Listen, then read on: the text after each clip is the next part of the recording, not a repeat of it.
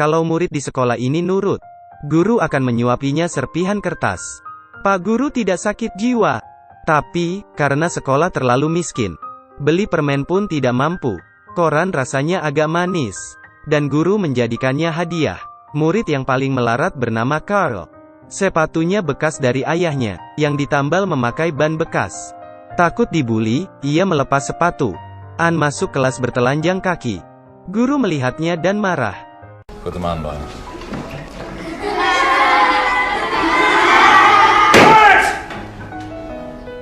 Do I hear sneering in this class? Is there any boy in this class who thinks he's perfect? If so, raise your hands. Is there any boy here now who has money galore to be spending on shoes? Raise your hands. No. Kata-kata guru ini menohok hati para muridnya. Carl juga tidak mau begini. Ayahnya adalah tentara yang kabur dan dicap pengecut. Ia seorang pemabuk dan mokondo. Tapi, gengsinya gede. Ia pengangguran meski telah lama menikah dan bergantung pada bansos pemerintah. Jagonya cuma bikin anak. Ia menghamili istrinya setahun sekali. Anak kelimanya perempuan, cantik bagaikan malaikat. Ayahnya menamainya dengan nama yang indah, yaitu Maria. Tapi, tak lama, Maria mati kelaparan. Karena anak-anak mereka kelaparan, keluarga mereka mencari nenek dari ibu Carl. Tapi, nenek Carl dan pamannya membenci ayah Carl. Karena nenek Carl yang membiayai tiket mereka ke sana. Nenek juga tidak menyambut mereka di rumahnya. Dan memberi mereka 10 siling. Supaya mereka menyewa kamar di luar. Tapi, anak-anak tetap senang. Karena dulu mereka tidur di lantai. Tapi, sekarang mereka bisa tidur di kasur. Malamnya, anak-anak gatal-gatal. Kasur mereka penuh kutu. Dan mereka tidak bisa tidur. Ayah Carl menggotong kasur keluar. Dan menyuruh mereka menginjak-injak kasur. Lalu menyiramnya dengan air. Cara ini tampaknya ampuh.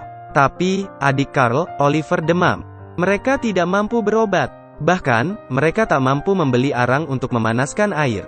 Ibu Carl ingin memungut arang bekas orang. Tapi, ayah Carl gengsi. Dan melarangnya pergi. Oliver akhirnya mati. Carl melihat dengan mata kepalanya sendiri adiknya dimasukkan ke peti mati. Ia tidak tahu Oliver di sana bagaimana. Setidaknya, ia tidak kelaparan lagi. Karena anaknya mati, keluarga mereka mendapat santunan. Carl agak senang, karena ayahnya bilang akan beli ham dan telur. Carl menunggu sampai ketiduran. Tapi, ayahnya tidak pulang. Carl tahu ayahnya pergi kemana. Pasti ia pergi mabuk-mabukan. Tapi, Carl tidak pernah mengeluh tentang keadaannya. Ia dan adiknya menjaga adik-adik mereka.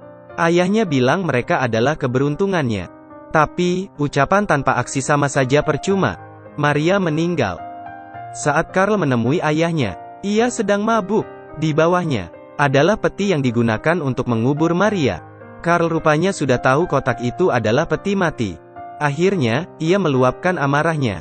Tapi, ia cuma bocah 6 tahun. Apa yang bisa dia lakukan? Setelah kehilangan 2 anaknya, ibu Carl ogah tinggal di rumah itu. Ia membawa 2 putranya ke gereja. Dan mendapat bantuan selimut serta kasur. Lalu pindah ke gubuk di seberang toilet umum. Kalau hujan, rumah mereka bau pesing dan tergenang air. Tapi, setidaknya ibu Carl senang. Tak lama, ia melahirkan anak ke-6-nya. Ayah juga tampak mulai berubah. Ia mendapat pekerjaan jadi tukang. Meski pekerjaannya kasar dan dibayar murah, ia tetap memakai dasi dan jas saat pergi kerja. Hari pertama bekerja ia diberi upah.